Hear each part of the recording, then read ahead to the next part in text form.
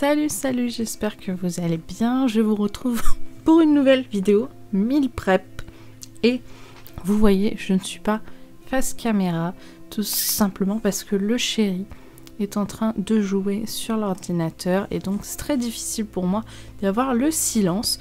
Mais c'est pas grave. Donc, dans cette vidéo, je vais préparer 3 choses. Désolée pour la caméra. Première chose, une quiche à la courge avec dessus du fromage à tartiflette. Ensuite, je vais enchaîner avec des sandwichs Monte Cristo.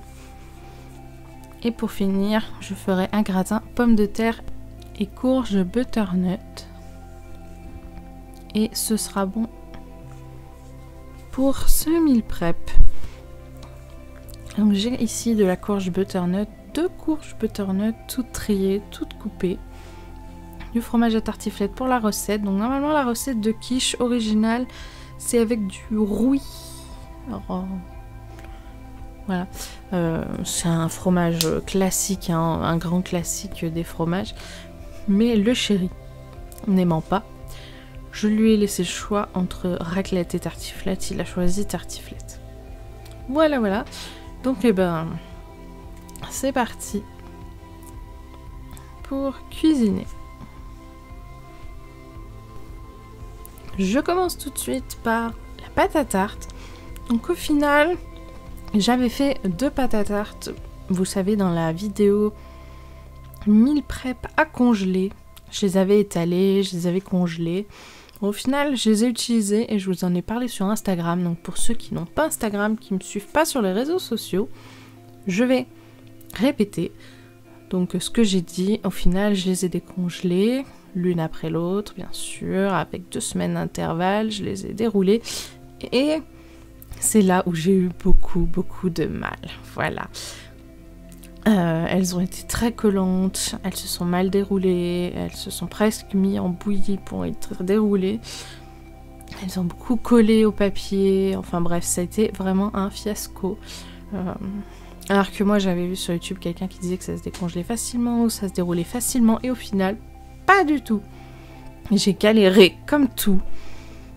Donc au final, je n'en congèlerai plus de la fête maison, voilà. Donc quand j'aurai la flemme, certains... Désolée.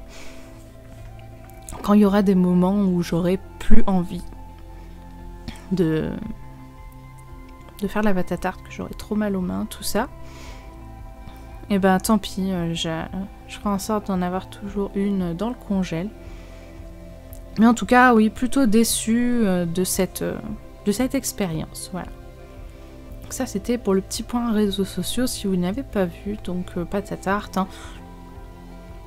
Je vous passe un petit peu vite la préparation, vous la connaissez par cœur, j'en fais très souvent. Je la double pique avec mon rouleau et je vais la cuire à blanc. Donc je vais la cuire vide comme ça une dizaine de minutes. Parce que normalement dans la recette originale, ils mettent des tranches de bacon pour isoler du coup la courge et la partie liquide de la pâte et ils mettent tout cru. Moi je n'aime pas le bacon, on n'aime pas trop le bacon. Donc je n'en mettrai pas, je n'ai pas envie d'en mettre. Et j'ai déjà fait la recette telle qu'elle et elle est vraiment très bonne. Donc j'ai pas envie de changer ça. Mais du coup je ne mets pas la tarte crue. Je ne la garde pas crue, sinon ça ne cuira pas sous la partie liquide, donc il faut toujours pré-cuire. La courge, cuite vapeur. Ça, c'est bon. Juste vérifier avec la pointe d'un couteau qu'elle soit assez tendre. De toute manière, il va y avoir une cuisson four après, hein. Même si là elle était un peu dure, après la cuisson four, elle sera bien cuite. Hop, j'étale la courge du coup sur la pâte à tarte. J'ai suivi la recette, hein, 400 g. Et j'ai l'impression qu'à certains endroits c'est un peu vide. Mais croyez-moi qu'avec après la crème, tout ça et le fromage, ça fait une quiche quand même très très épaisse. On dirait pas comme ça. Voilà, maintenant je passe à l'appareil, c'est-à-dire la partie liquide d'une quiche ou d'un cake. Là, on est un peu dans la période de l'année, je pense, où on utilise beaucoup de crème, beaucoup de fromage et surtout beaucoup d'œufs. Entre les pâtisseries maison que je vous fais pour les vidéos calendrier de l'Avent, que j'espère vous plaisent, les œufs pour la cuisine, plus les œufs pour accompagner certains repas, ça fait beaucoup. Hein. C'est vrai que puis la crème c'est pareil, hein. En été j'en achète pas. Pendant pratiquement 2 mois et demi de la crème. Et même la crème épaisse, j'en achète même pas du tout pendant l'été parce qu'on n'en consomme pas. Et là, c'est la période de l'année, depuis octobre-novembre, où on en consomme pas beaucoup plus.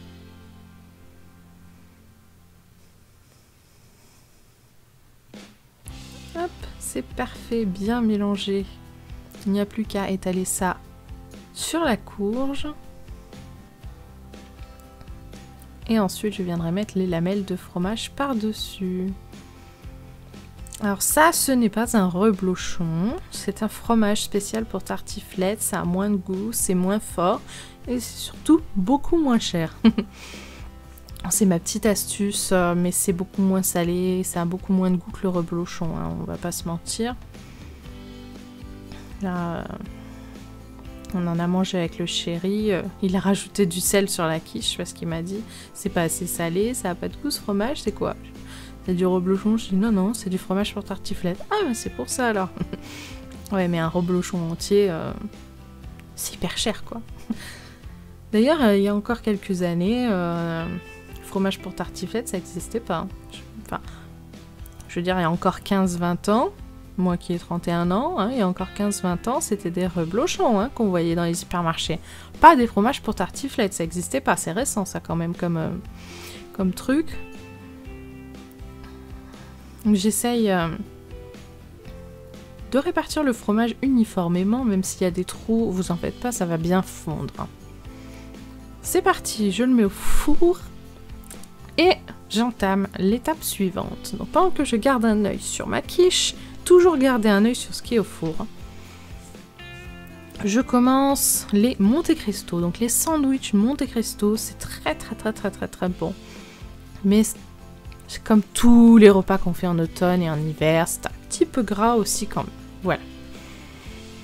Donc là, je prépare du coup avec Thermomix la partie liquide dans laquelle je vais tremper les sandwichs. Je vais tout vous expliquer. J'en avais déjà fait sur la chaîne hein, des sandwichs Monte Cristo et en plus dans des vidéos meal prep. Donc peut-être que vous vous en souvenez, peut-être que vous avez essayé cette recette. D'ailleurs, si vous avez déjà goûté cette recette, dites-moi ce que vous pensez des sandwichs Monte Cristo. Parce que nous, avec le chéri, c'est nos sandwichs préférés. Alors certes, on se fait beaucoup plus souvent des croque-monsieur basiques. Hein, jambon et mental râpé, un peu de beurre tartiné sur les côtés, et puis voilà, dans l'appareil à croque. Hein, là, c'est voilà, des sandwichs un peu plus classe, un peu plus luxe, un peu plus travaillé, on va dire.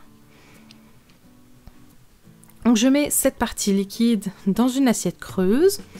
Je vais venir tartiner chaque face de moutarde. Donc j'ai le pot à côté.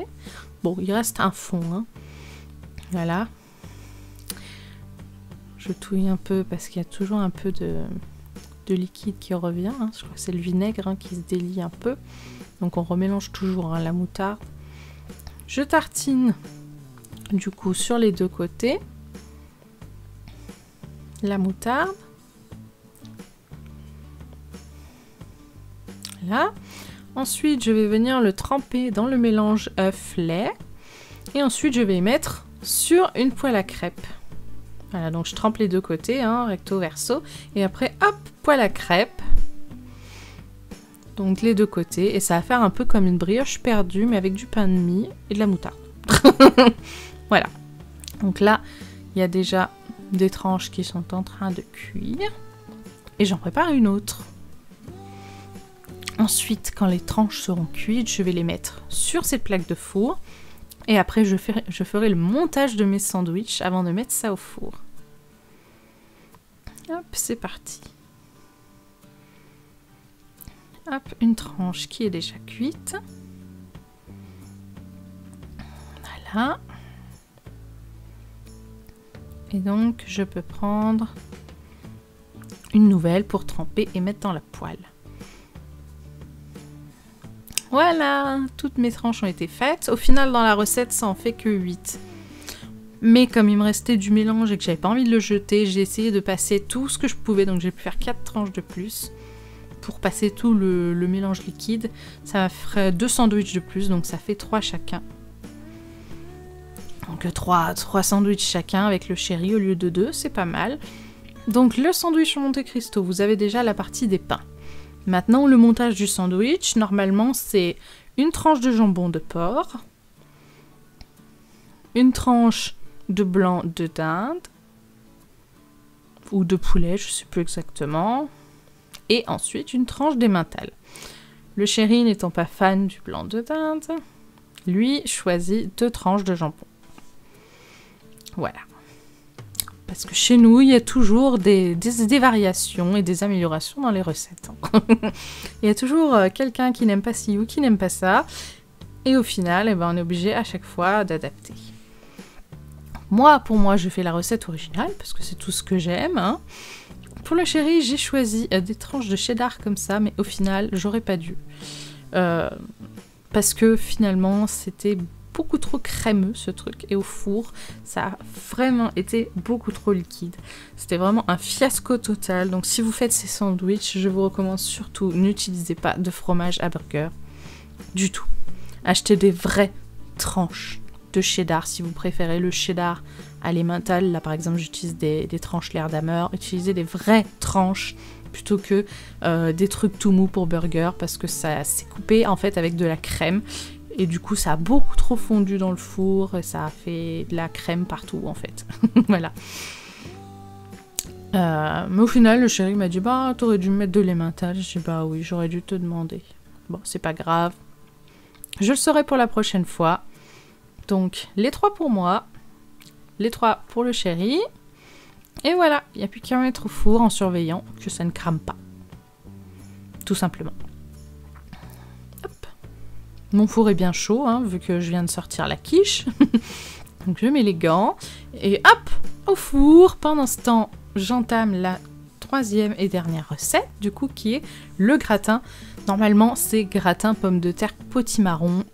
Mais moi, je ne consomme que le potimarron et la butternut, et je les achète en alternance. Voilà, donc au producteur, donc de pommes, qui fait aussi pommes de terre. Bon, il fait fruits et légumes d'automne plus pommes de terre, parce que les pommes de terre sont ni un fruit ni un légume. Oui, je vous assure. Nutritionnellement, c'est un féculent. Donc, voilà. Donc, au producteur, j'achète... je commence en général par 2 potimarrons, parce que c'est ce qu'il a en premier. Puis après, quand j'y retourne, je prends 2 butternut, après 2 potimarrons, etc. Et puis voilà. Donc, soit je cuisine avec l'un, soit je cuisine avec l'autre. Mais que ce soit marqué potiron, courge, potimarron, blablabla, voilà, j'utilise ce que j'ai. Donc là, ce sera un gratin pomme de terre, courge butternut. Et croyez-moi, c'est très bon. Très, très, très bon. Et, bonus de tout ça, c'est un légume que le chéri aime et mange, donc ça me permet de pouvoir lui faire manger des légumes. Et oui, parce que certaines personnes rechignent à manger des légumes. Il n'y a pas que les enfants, hein, certains adultes aussi, il faut le savoir. Donc il faut être inventif parfois pour faire manger des légumes à tout le monde. Donc, là, tout est cuit vapeur. J'ai mis ça dans mon nouveau plat à gratin acheté il y a quelques mois avec les vignettes à Carrefour. Donc je l'ai eu pour 3 fois rien avec plein de vignettes, hein, comme d'habitude. Hein, vous savez comment ça marche dans les magasins.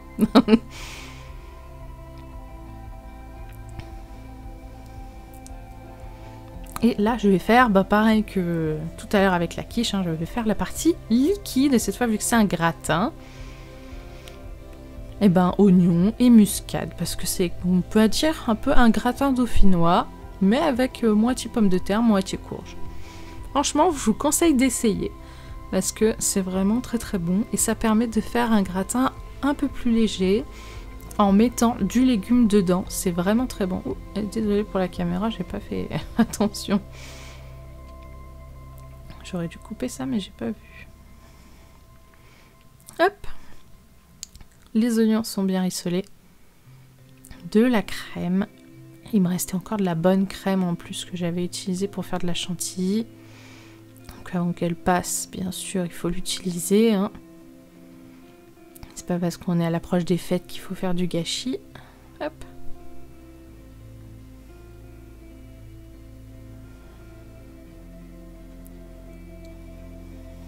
Les petites épices, comme d'habitude. Hop, la pincée de sel. De toute manière, je sais qu'il n'y en aura jamais assez pour le chéri. Hein. Mais bon, vous en faites pas. Hein. Je surveille sa tension, tout ça, il n'y a pas de souci.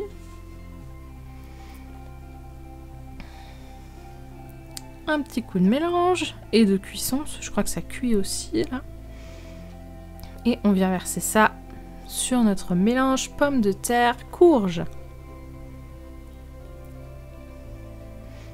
Donc bien sûr, hein, un gratin dauphinois sans Thermomix, hein, vous mettez tout cru dans un plat gratin, vous mettez de la crème ou du lait, suivant si vous voulez que ce soit plus digeste ou la recette originale.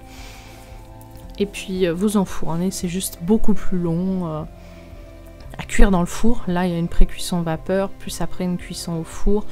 Je sais pas vraiment laquelle variante est la plus rapide, il faudrait que je compare un jour. Mais j'aime bien quand même la variante Thermomix. Hop, ben voilà. Plus qu'à enfourner. Ouh, c'est chaud en dessous. Je vais essayer de prendre ça sans me brûler. Et comme il y a marqué 30 minutes au four, je mets quand même un minuteur pour pas oublier, pas les laisser cramer. Et voilà, tout est prêt. Donc on a le gratin qui est bien cuit, les sandwichs Monte Cristo qui ont été séparés en 2 boîtes, pour le chéri et pour moi. Je sais que ça fermera pas comme ça, mais vous en faites pas. On va les manger, on les a mangés tout de suite le soir. Hein. Donc ça a été mangé la moitié. Voilà. C'est assez consistant, donc je les ai coupés, ça a fait 1,5 pour un repas et 1,5 pour un autre repas. La quiche qui est très très belle et qui a cuit vraiment très très longtemps. Alors moi les quiches, je regarde pas les temps de cuisson dans les recettes, je regarde la tête de la quiche. Si la pâte est cuite, si le fromage a l'air dur et bien fondu. Voilà, j'ai pas du tout regardé le temps de cuisson, mais ce qui est sûr c'est que j'ai mis beaucoup plus longtemps que la recette. J'espère en tout cas que cette vidéo vous a plu. N'hésitez pas aussi à regarder tous les jours mes vidéos calendrier de l'Avent jusqu'au 24 décembre. Il y en aura une tous les jours pour attendre Noël ensemble. En tout cas, comme d'habitude, vous retrouverez ces 3 recettes dans la description sous la vidéo. Et ben, en tout cas, prochaine vidéo dimanche prochain. Tous les jours, une vidéo calendrier de l'Avent. N'hésitez pas à me dire dans les commentaires ce que vous cuisinez beaucoup en ce moment. Est-ce que vous avez déjà testé ces 3 recettes? Est-ce que vous aimez? Et je vous dis, bah moi, comme d'habitude, cuisinez bien, prenez soin de vous et bye bye!